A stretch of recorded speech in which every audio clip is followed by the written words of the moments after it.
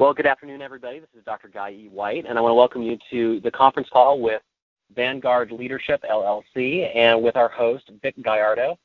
Vic Gallardo is a master coach.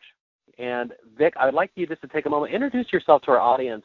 Tell them a little about yourself, your expertise, and what you're going to be bringing to us to the call today. Okay, well, thanks so much, guys. It's a pleasure to be here today talking to you and to anyone else that's going to be calling in. Basically, I've been a manager with a deep concentration in operations and a consultant and an executive coach in the areas of healthcare, finance, operations, education, and I guess municipalities as well. I've got a lot of experience in each one of those fields over a period of about 40 years plus. And I've enjoyed every moment of it. And my real commitment in the work that I do is to work with managers, because having been a manager so many times, an executive and a CEO and all those other positions and roles that I've been very privileged to hold, I've noticed that a lot of managers do not have much preparation for the roles that they enter into. And it presents them with problems as they're advancing along in their careers or trying to advance in their career. So I developed Vanguard Leadership to provide some training and support for those people who really want to take a very serious look at where they are in their roles as managers and executives. As I said, I'm an executive coach. I've been doing that for at least the last year formally under contract with a company. And the same kinds of problems come up that I was experiencing with managers in my role, either as their supervisor or their boss. And so I thought it might be a good idea to bring some information, a new set of eyes, so to speak, a new perspective to people who want to continue to develop in their role as managers. Well, Vic, as you know, what really sets you apart from other providers, there's lots of coaches out there, but what you do is, you have a plethora of experience in the management leadership role. For real, not just as a coach, that you've actually sat in those roles. Could you tell us a little bit about what roles you've sat in and what kind of expertise you're able to bring forth because of those experiences? Okay, sure. Well, I really believe that any manager who really wants to call himself a manager has cut his teeth or her teeth on the whole area of operations, which means how do you get things done in the organization? How do you get from point A to B to C to D all the way to Z to complete whatever goal is important for the organization to recognize and to realize? And so I have always loved being in the operations seat, if you will, either at the supervisory level, which is, I think, the toughest job in the world, by the way. I used to train a lot of supervisors. And being a supervisor where you're dealing with either a line direct or just other people that are in the organization to get a simple thing, or maybe so simple, but to get things done, that's really a tough job. And then up from there, of course, you have managers, and then you have directors, and then you have VPs, and then, of course, CEOs. But up and down the line, the more a person knows about how to get things done, how to move issues, how to move people, how to move resources, all of that is involved in the whole area of operations management. And I think that's very important. Of course, that includes finance and other areas, marketing, advertising. Any one of those areas is a tremendous way to learn how to run an organization. There are some basic things that I like to talk about with my clients about running an organization. One of the things that I stress a lot is looking at a very basic template of systems.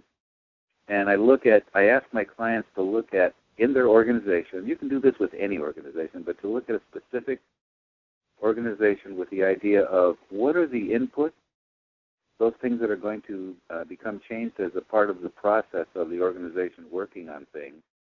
Then the transformer is the middle part. That is where the change takes place of those inputs. And then, of course, you have outputs. That is the net result of those changes that took place within the organization. So let's just take a real relatively simple example in healthcare, which is my background. I have a lot of experience and background in healthcare in every form you can think of, all the way from small clinics, big clinics, hospital management, buying, selling practices, setting up practices, and so let's take that as an example. And so, for instance, you have an input. Well, what are the inputs? Well, the inputs are the patients, right, let's say, or the services, or the technology, or those things that are going to cause a change in the patient's state of being. So depending on the kind of organization, you're going to have the middle part, the mid part, which is the transformer section, which is where the changes actually take place. So that's the administration of medicine or treatment or some kind of change that will affect the patient, hopefully for the better. Then you have beyond that are the outputs. So that is the result of those changes that took place in the midsection, in the transformer section. And then you can see what's happening in the organization. And you can also identify, using this example, where the blockages are. Now, speaking of blockages, I am very much a big believer in having what are called feedback loops. The feedback loops are those pieces within the organization. They're like telephone wires, if you will, or communications devices, media devices that connect both the input, the transformer section in the middle, and the output. And these sections have to be connected by those feedback loops so that the pieces of the organization can talk to each other, can communicate with each other, and determine whether or not their goals are being reached. And so that's one of the things that I start off with all managers and say, identify what your system looks like and see where the strong points are and also see where there's weaknesses. Because in my experience, those feedback loops may be absent or incomplete. And if they are, then that creates the problem where the left hand doesn't know what the right hand is doing in organizations. And that's unfortunately a very common problem in large organizations, especially in bureaucracies, because they are so large.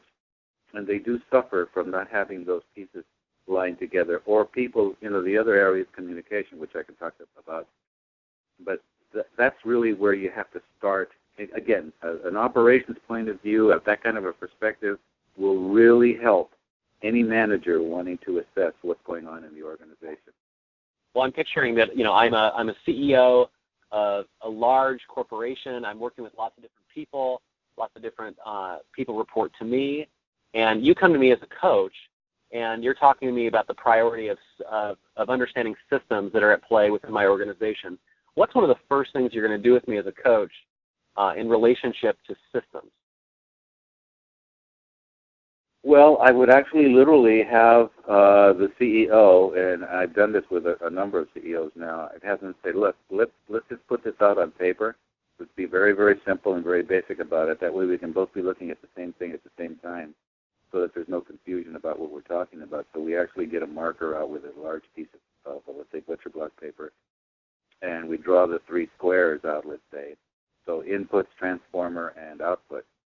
Now, I neglected to say that right in front of the input section, there's a filter, so you can imagine a screen, that not everything that wants to get into the system will get into the system because we have a gatekeeper, so to speak. And that can be policies, it can be actual personnel, it could be a bunch of different things. But there is like a sieve that protects things that are not supposed to be worked on or not appropriate for the organization to get involved in at the very beginning of the process. So you have those three components. And I'd asked the CEO, I said, okay, so let's look at your organization, and you tell me what those components consist of. What are the inputs in your organization? What are the transformer qualities? What are the transformer actions that take place to cause change in those inputs? And then what is the result? And are you getting the result at the end? Let's look at the end result.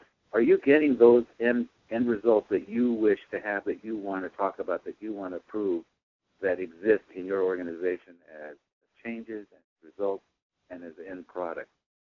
So if his or her answer is yes, hey, that's great. But usually the answer is no, not quite.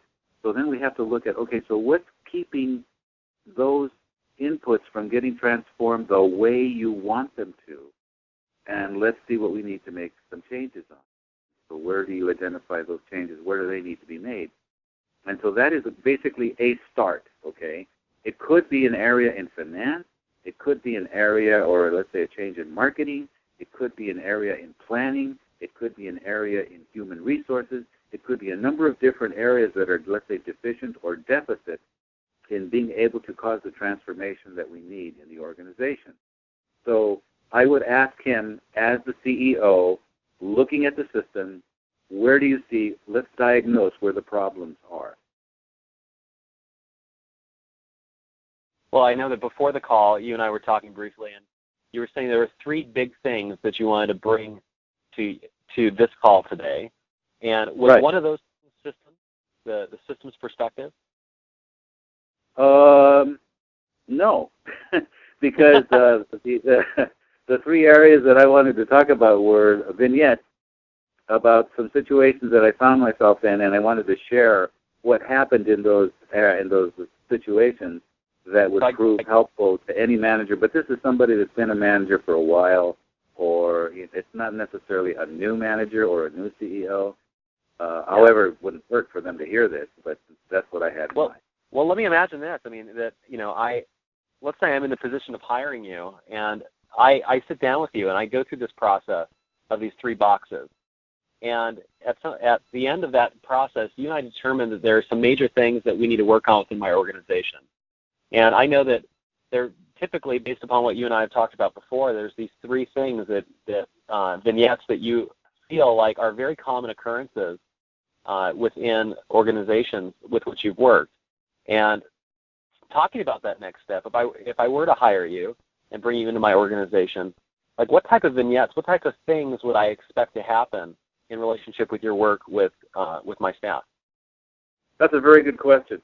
I would answer that by pointing out that, as a manager, and especially as a CEO, or anyone in that kind of a position, you have to basically prepare yourself to expect the unexpected. So you have to be ready to be surprised. You have to be ready to move sometimes very quickly and very decisively, and of course with tremendous accuracy and judgment to, let's say, take care of a crisis situation. So let me start off with that one. Let me start off with a crisis situation that I became involved in. And this is something where I entered a situation where I had not expected this to happen. So this takes place in my healthcare background, and this was a position that was for a clinic administrator, and this was the largest clinic within a system of 5 clinics. And I should have known that something was up after I had finished my 3rd interview and was told that I needed to speak to 5 more people within the organization. So that made a total of 8 interviews. I have never, ever in my life gone through 8 interviews. And I don't. 8 interviews? 8 different separate interviews for this one position as a clinic administrator. And at that time, I should have realized, boy, something is really, really unusually bad, or unusually something. Anyway, I had no idea how bad it was until I actually did the job. Please, Vic, did one of these interviews involve a polygraph machine? No, but they had 8 people. That's an interesting point, because they had 8 people who had to nod their head, yes, we'll accept this guy and offer him the job. So I knew that I had 8 yeses behind me, but that's about all I had, So, right. So when I started the job as the administrator, I realized, oh my God, I could not change the terrible condition that clinic was in. It was an absolute crisis. And the reason I'm saying this is that within the first week of my starting in my position as the administrator, my partner, the medical director of the clinic, resigned. Oh my goodness! And she told me, she says, this is really quite bad, Vic. I wish you all the luck in the world, but I'm leaving. Bye. So I didn't realize that there was indeed a civil war that had been going on between 2 sides of the clinic staff. And the reason that there had been a civil war is that the previous administrator had basically split the staff into 2 groups and ended up with actually 3 groups. There was a group in the middle that were neutral. They didn't want to do battle. But they were literally one side pitched against the other. Oh, my goodness. And I had I've never seen that, okay? I've never experienced that. So I realized, you know what, I can't do anything here. This is way beyond me. Even though I've had quite a number of years of experience as a manager, but nothing like this. So I actually decided, I had another offer on the table from a very large organization, and they said they wanted me. I had worked there before, and so I did have a backup. And I said, you know, I don't think I can handle this. I'm going to resign my position. So I wrote out my letter on a Thursday. This is like the first or second week while I was there. And I said, well, I'm just going to go to the CEO, and I'm going to hand in my letter of resignation. And so I did that. I wrote the letter, and Monday came around, and I walked out of the office with my letter. I was going to go to the corporate office and resign. And this was in about the middle of August at the time, many, many years ago. And I realized, you know, my birthday's around the corner. Geez, should I do this? You know, it's going to be my birthday. I'm kind of like letting myself down here. Right. Maybe I should just wait a little bit and wait until after my birthday. I still have a couple of months left on the job offer from the other organization. So if things really don't work out at all, and I didn't expect them to, then I can always go back to the other organization. Anyway, it turns out I went ahead and I tore up my letter, and I would give it, I said, well, it's August, I'll give it till, whatever, a couple of months, December, and see how things go. So I'm going to give it my best shot. So I did, and I had to do a lot of things, which I'll take you through step by step as what I had to do to basically quell the Civil War, try and resolve the crisis, basically look at the impossibility that was looking at me in the face, and do basically the rebuilding of that organization there. And so I did. What I did first was I looked at where I needed to develop some leadership within the clinic, because there was no leadership there. The previous administrator had left a pretty big void, and he was a kind of a theory X manager, where he was very much all about rules and regulations and not much on relationships at all. So I realized, you know, there are no relationships here. I've got to develop those. So I wanted to identify and develop the staff to take ownership of the clinic as if it were theirs, because it had to be theirs in order for any of this to work. There had to be a spirit of, you know what, we're all in this together. We can make the changes, but we have to pull in the same direction. So that did happen. I did have to get rid of one person who was a bully in the back office, and I got rid of him pretty much within a month and a half of starting. And the tone started to change in the clinic, and actually it turned out to be one of the best experiences I've ever had as a manager, because basically we were all working to build up the organization and provide a turnaround scenario. And, of course, the development of teams, I can't say too much about that. So, excuse me, if you're listening right now, folks, if you're a manager, I would ask you to look at your team development skills and team development strategies, because that's the only way that organizations really work, is with people working together in a situation consciously. It's not about the individual, it's about the group. It's about the relationships in the group. And it's about people working together in a collaborative and cooperative manner that things actually get done. So you can look at the recent disasters that we've had here in the United States, the hurricanes, tornadoes, snowstorms, the rainstorms. You know, what makes the news is people coming together in a community and saying, you know what, if we're going to stay here, we're going to build it up together. See a lot of interviews with pictures and stories about how people have come together, even in the face of tragedy like we've had in some of these physical challenges with the weather, that, you know, they're coming together and acting basically as a put things back together, rebuild, unite people, and to go forward from. So I wanted to I'm sorry. No, I'm just thinking, Vic, man, I mean, that's a tall order for any leader.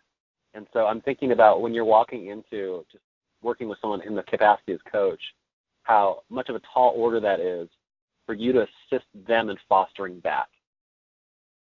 Well, you're right. It is. It's not an easy thing, but also it's not the first time I've been faced with that kind of a challenge. But it hasn't Exactly. been as long as that one was. That one was that was a scary nightmare type of thing. Yeah. It has to do with it has to do a lot with courage. It has a lot to do with self-esteem.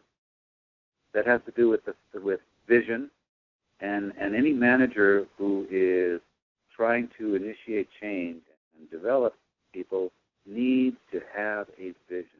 By vision, I mean, as the manager, you can actually see with your eyes the change that you want. It's palpable, it's solid, it's obvious to you. You can see the change taking place. It may not appear in the physical world yet, but you can see it in your mentality. You can see it in your internal vision. You can see what has to happen, and then you can start to think about, okay, what I need to do is this, this, and this. So you need to be able to outline steps that you want to take, and you need to talk to people about this. So a true leadership is really all about vision and getting people to see and share in your vision, and then taking them to that point where they can participate in that vision. So that's what really happened in the clinic. It became their clinic.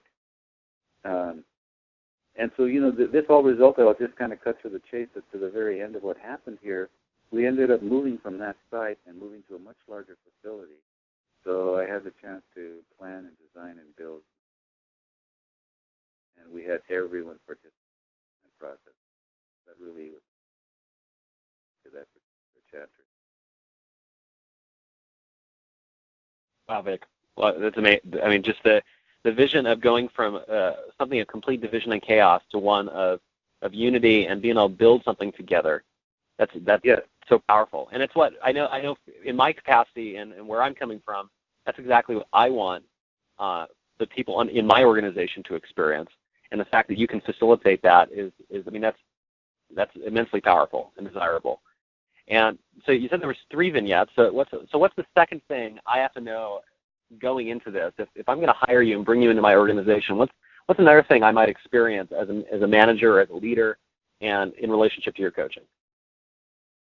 Well, I would, one of the things I would ask any leader is to take a look at how they handle conflict, because in my coaching experience, in both training and consulting and coaching, that how one handles conflict determines very much what the outcome of that conflict will be. And as the leader, one has to be aware of how one uses or not use the whole dynamic implicit in the conflict scenario. There are various assessments which look at how leaders participate in a conflict situation. And one of the best of them that I use and have used quite often talks about 5 different styles of handling conflict. And the way the authors of this particular assessment describe it is that there are 2 different dynamics at work. Conflict is present. One of them is meeting one's own needs first. That's one dynamic. And I'm not saying that these are right or wrong, because I can go into quite a description of whether they're right or wrong or not. And then the other dynamic being one's sense of wanting to cooperate with the other person. So, for instance, let's say, Guy, if you and I have a disagreement and we get into conflict, one or both of us may want to be the winner, if you will, that is, be right as opposed to being wrong in the situation. And that's a major problem for some managers, in that they assume a defensive posture which puts them in a right-wrong dynamic, which never works. And so the other dynamic, which is, of course, wanting to cooperate with the other person, doesn't look at I'm right, you're wrong. It's like, well, we're both maybe right here, but how can we both get what we want? Right. So you then have 5 styles that kind of fall out of those dynamics. Number 1 is, let's say, if we look at the bottom of, if we had a graph, a y-axis and an x-axis. So let's say we're not at any point along either axis. We're at the very origin, 0, 0. And that particular point would be where neither one of us is going in either direction, wanting what we want, competing with each other or accommodating with each other. And that's called avoidance. So that conflict style is actually, you know what, I don't want to get into this. I'm not going to get into this. I'm going to avoid getting into conflict. And there are people who really are afraid of conflict, and I understand that because conflict can be so nasty and hurtful and harmful. So they may choose, let's say their preferred style of handling conflict would be to not get into it at all. So we would call that avoidance.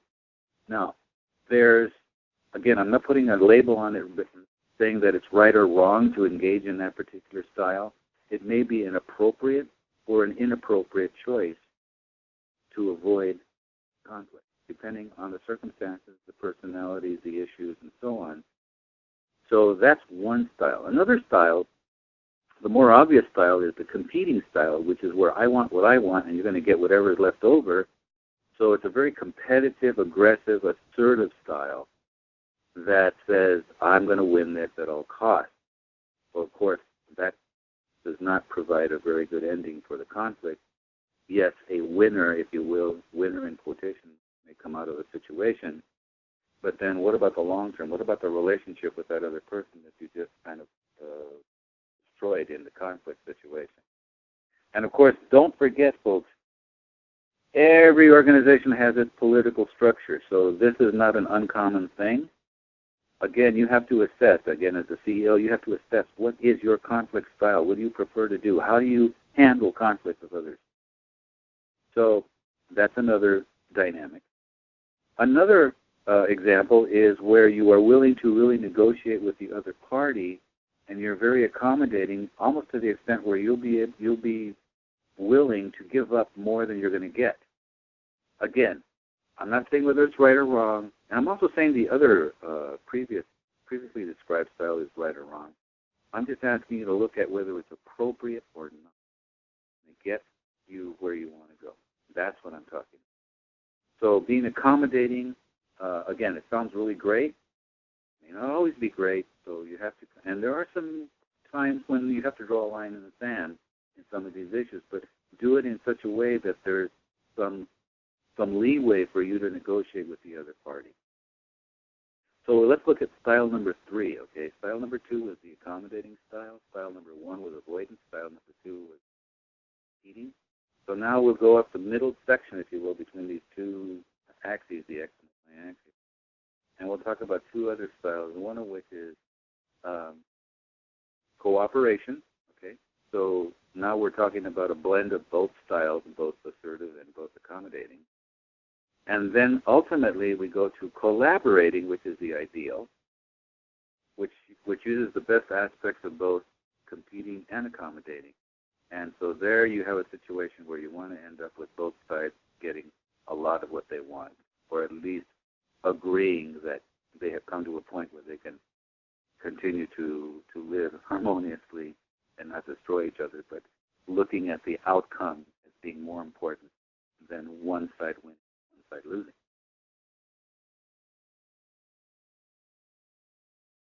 So that's the 4th style, Vic? That's the 5th style.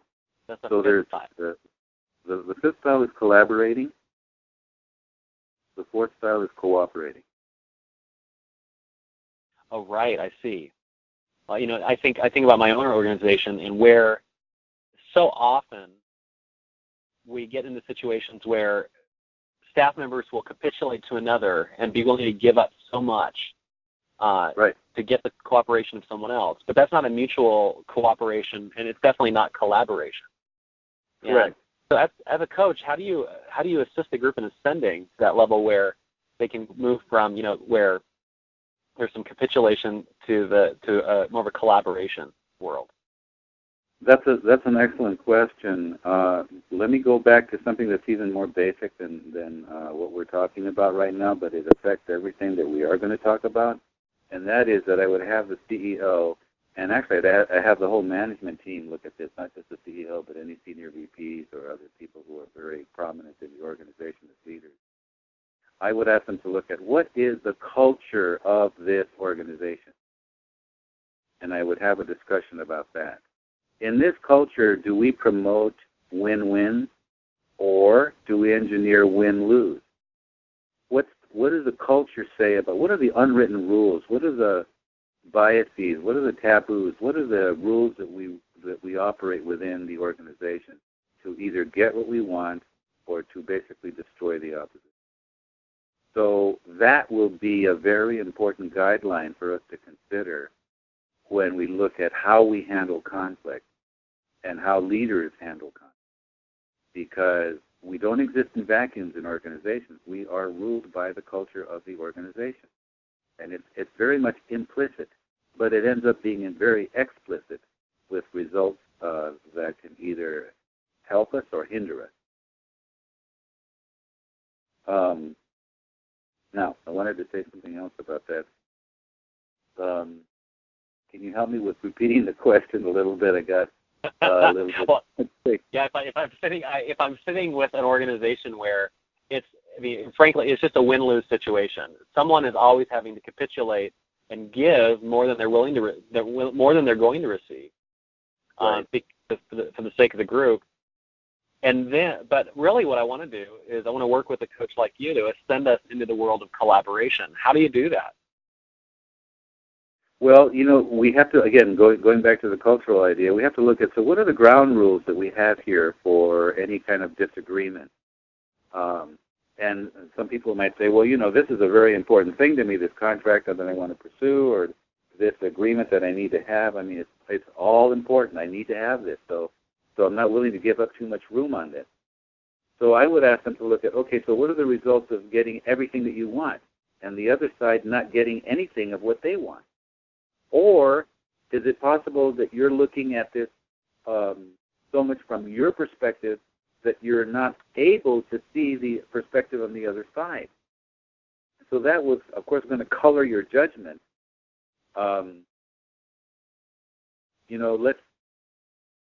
going to take a very blatant example, and that is that, for instance, I'm just going to go back to the whole idea of civil rights for a moment, and look at the war that's been going on since the end of the Civil War between the federal government and the states. And back in the 50s and 60s, I guess back in the 60s, right after Johnson signed in the Civil Rights Act, it was the culture that dominated people's thinking because they were not ready to accede to giving blacks the vote, equal opportunity, admission to an education that was reserved for the whites, and so on. Even though it was the law stated that, hey, everyone is equal, but the culture said, no, everyone is not equal because we have this tradition of treating blacks as inferior. So, again, in any organization, you have to look at what are the rules that we abide by, and what are the strategies that we could use to make change if we wish. And I would argue that the leader of the organization is a very, very basic lever in creating change one way or the other. They will either be cooperative and constructive, or they will be obstructive. You may remember the example of Governor George Wallace standing in front of the university and not allowing the black students to come in.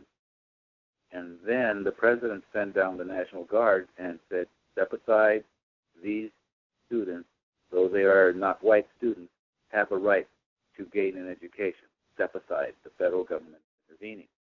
So that was where, if you want to talk about styles, those were two competing styles. And in that case, might make right with the national government.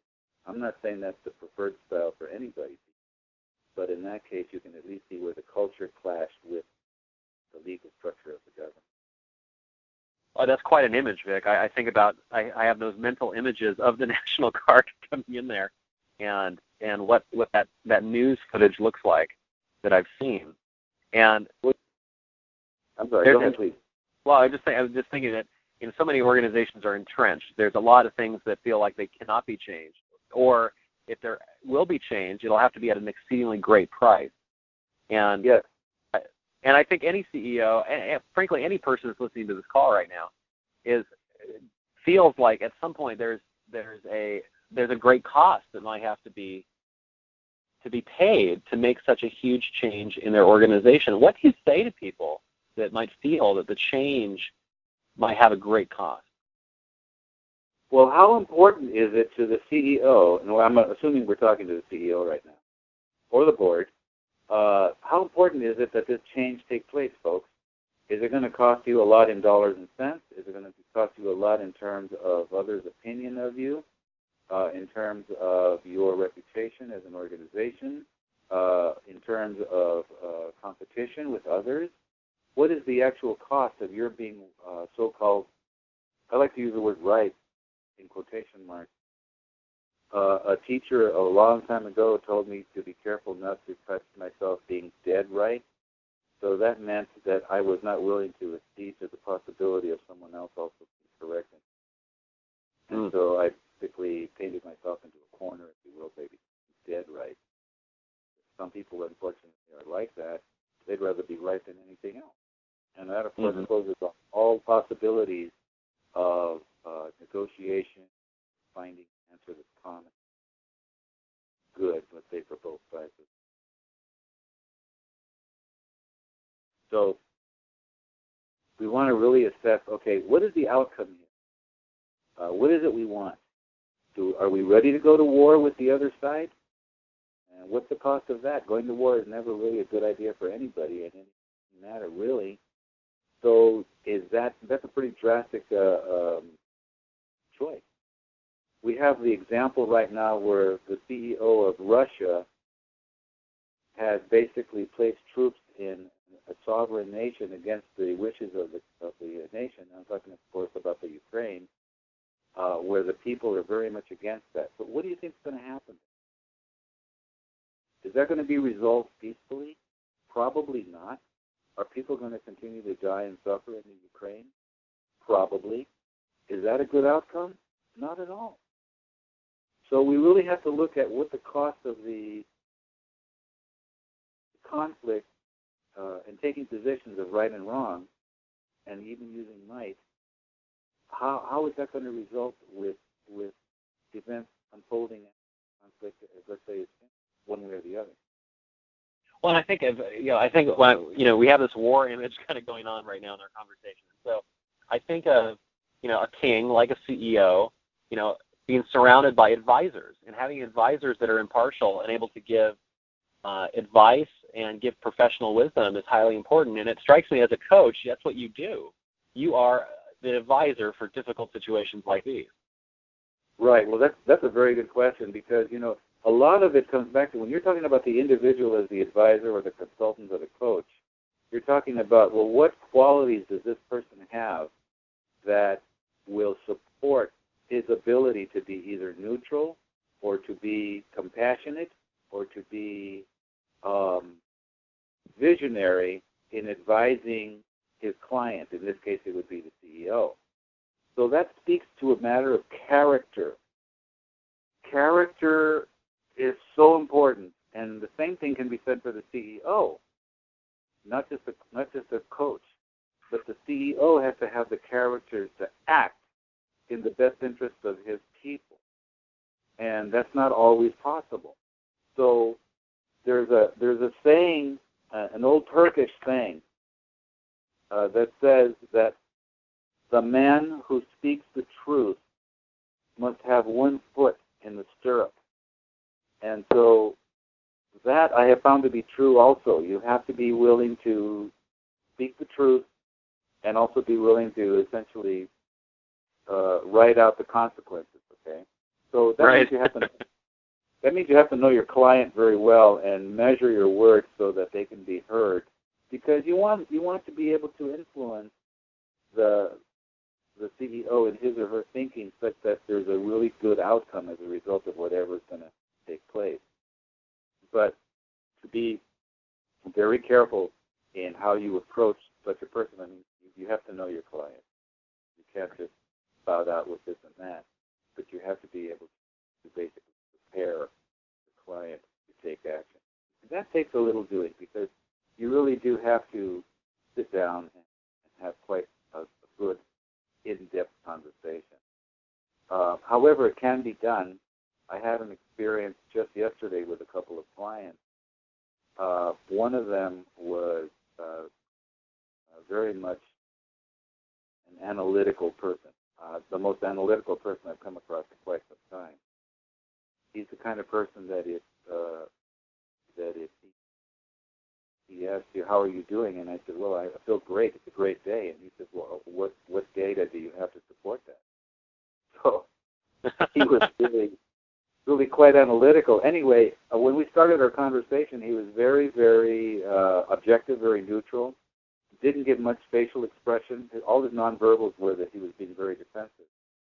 So I knew that our conversation wasn't going to go anywhere to help him unless he kind of loosened up and started to consider what we were talking about in a new light and get out of his role as the analyst, so to speak. So by the end of 3.5 hours, which is the time we had together, he was leaning back in his chair. He had his arms crossed in his head. He was laughing. He was smiling. You know, totally different person, different persona from the one that sat down 3.5 hours earlier. So how did that?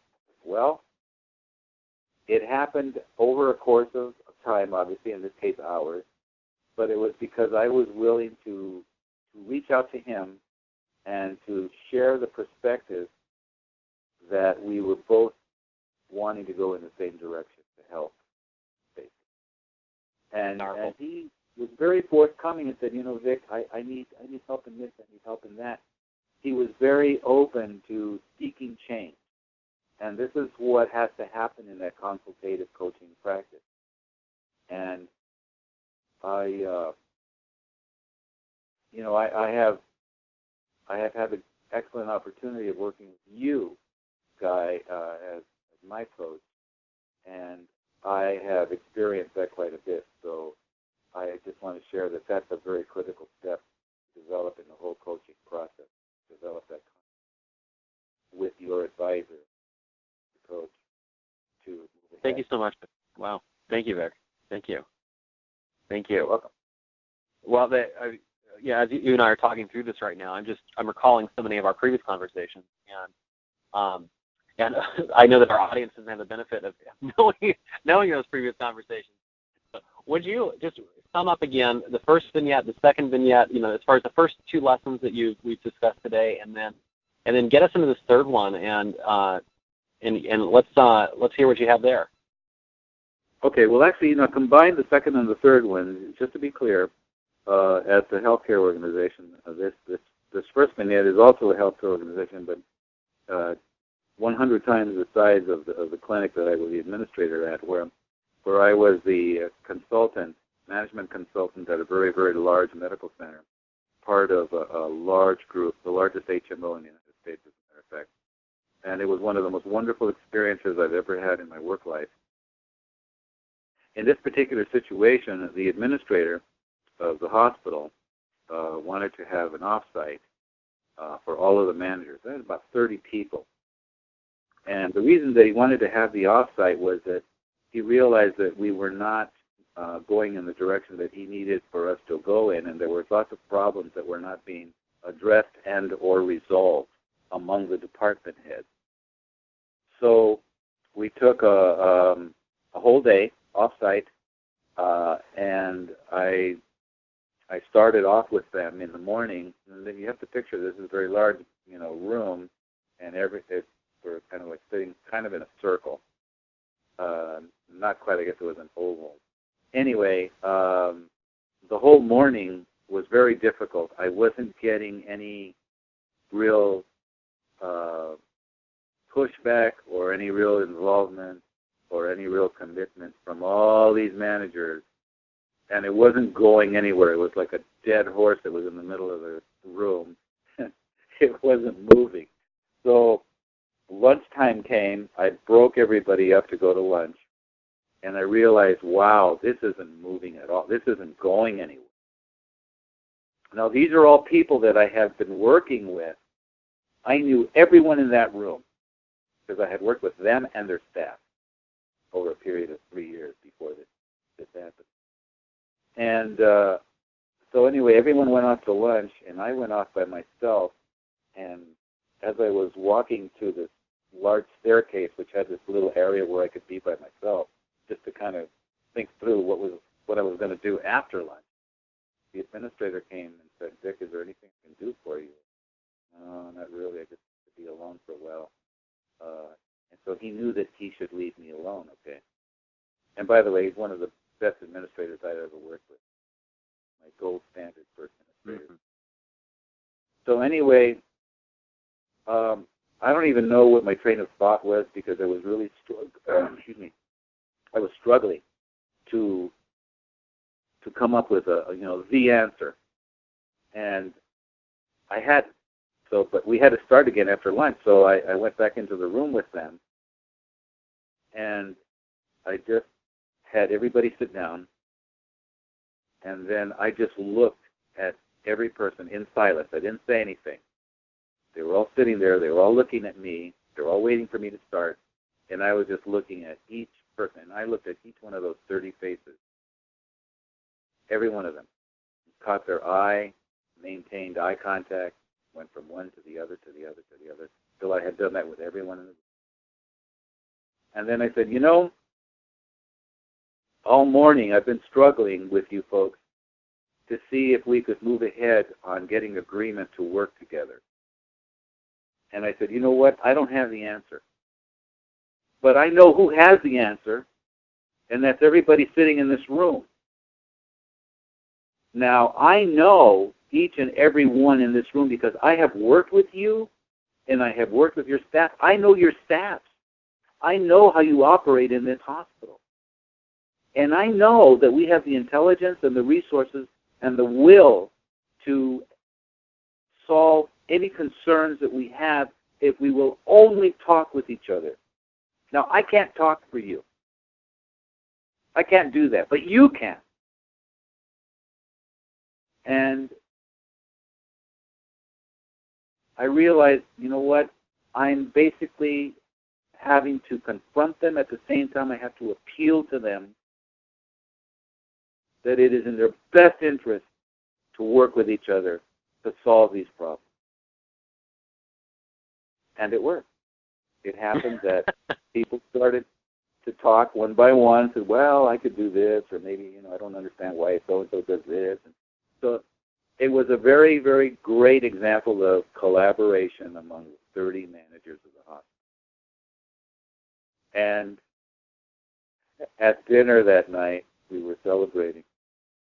And one of the managers said, Vic, you really walked a thin line there, boy. It could have gone the other way when you asked us to open up. And I said, yeah, I realize that, but you know what? I know my people. I know you folks. I know you wouldn't listen. So there was just as much trust in them as anything else that basically turned the tide that day.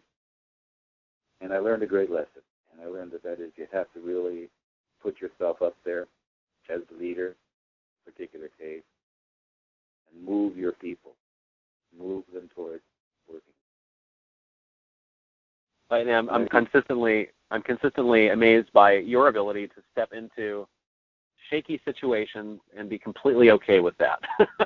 And as a manager, leader, an administrator, any person who's in that role, typically, meetings are a place where we do not want shaky ground. We want to feel like we have it all together all the time. Right.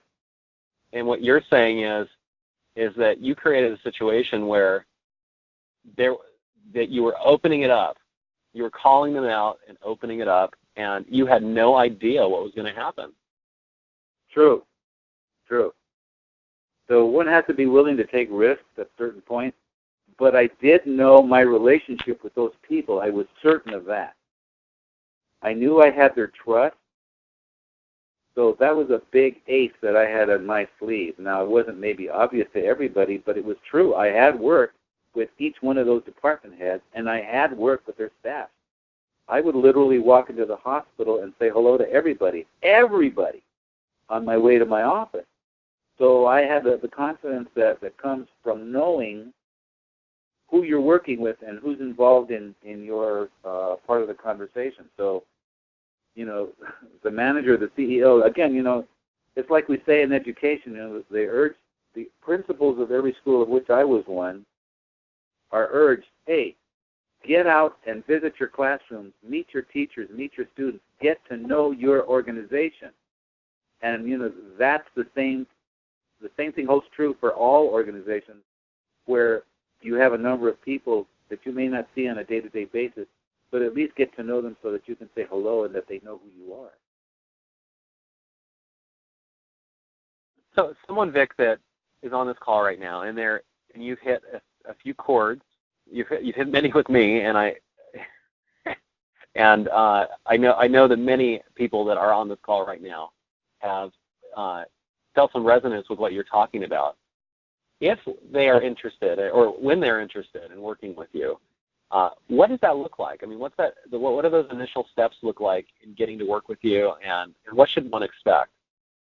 Well, before taking on any assignment, of course, I would sit down or a conversation over the phone, at least initially, talk to them about what are they interested in doing, what are they interested in achieving. So my basic driving force would be to help whoever it is wanting to get information or assistance or support on what it is that they're interested in achieving. And then after that, we would go ahead and talk about a schedule, who needs to sign off on this, is someone else that needs to be a part of the decision, and then kind of walk through that. Would basically end up with a proposal from me, that the proposal could take a number of different forms. It could be either a face-to-face meeting with that person who called in, or a face-to-face with a group, a small group of managers, let's say, or the CEO, him or herself, or the board, if you will. Boards of directors also need assistance and support, I have learned, and they're not immune to the kinds of problems or challenges faced CEOs and other managers within the organization. So some kind of communication and contact, and I really like a face-to-face contact if possible to get started. So that's basically, I hope I'm answering your question, but that's basically how I do business and this consulting. Well, yeah, definitely. And so tell them, tell these people on this call, including myself, how can we start that process? Do we call? Do we go to a certain website? What do we do? You can go to the website, which is VanguardLeadershipLLC.com, or you can call me directly at area code 626-664-0860, and we'll get the ball rolling. And so that's VanguardLeadershipLLC.com. And what's that phone number one more time? Area code 626-664-0860. Great.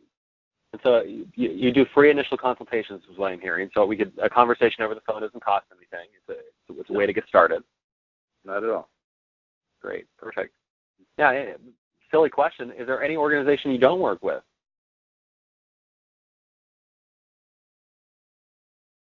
I can't think of it. I've worked with law enforcement. I've worked with educators. I've worked with the Navy. I've worked with the Air Force.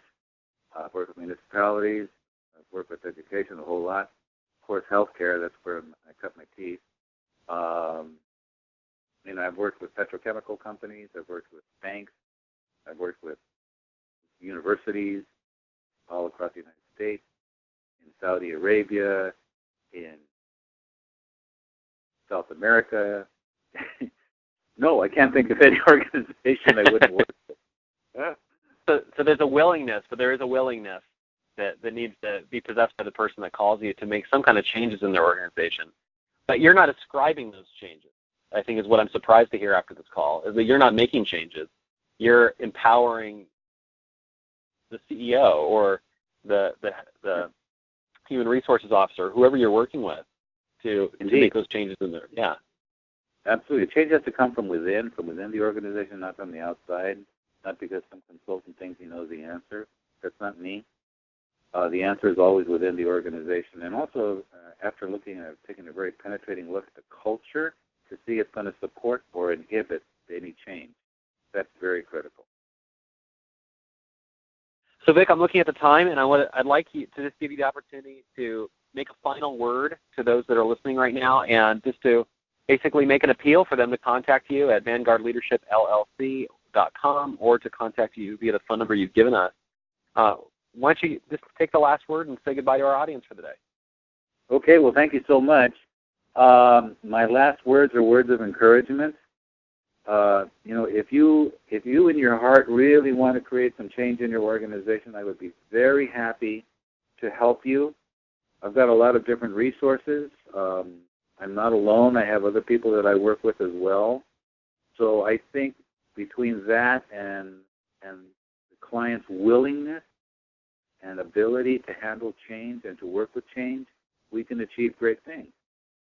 And I really, really believe that, and I've seen that happen. It's interesting how people can change in a matter of just an hour or so from one attitude to another that would encompass their change.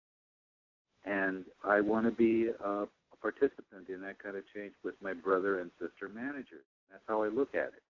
I have a lot of brothers and sisters out there that could use some assistance and support and some resources and some education in this kind of arena.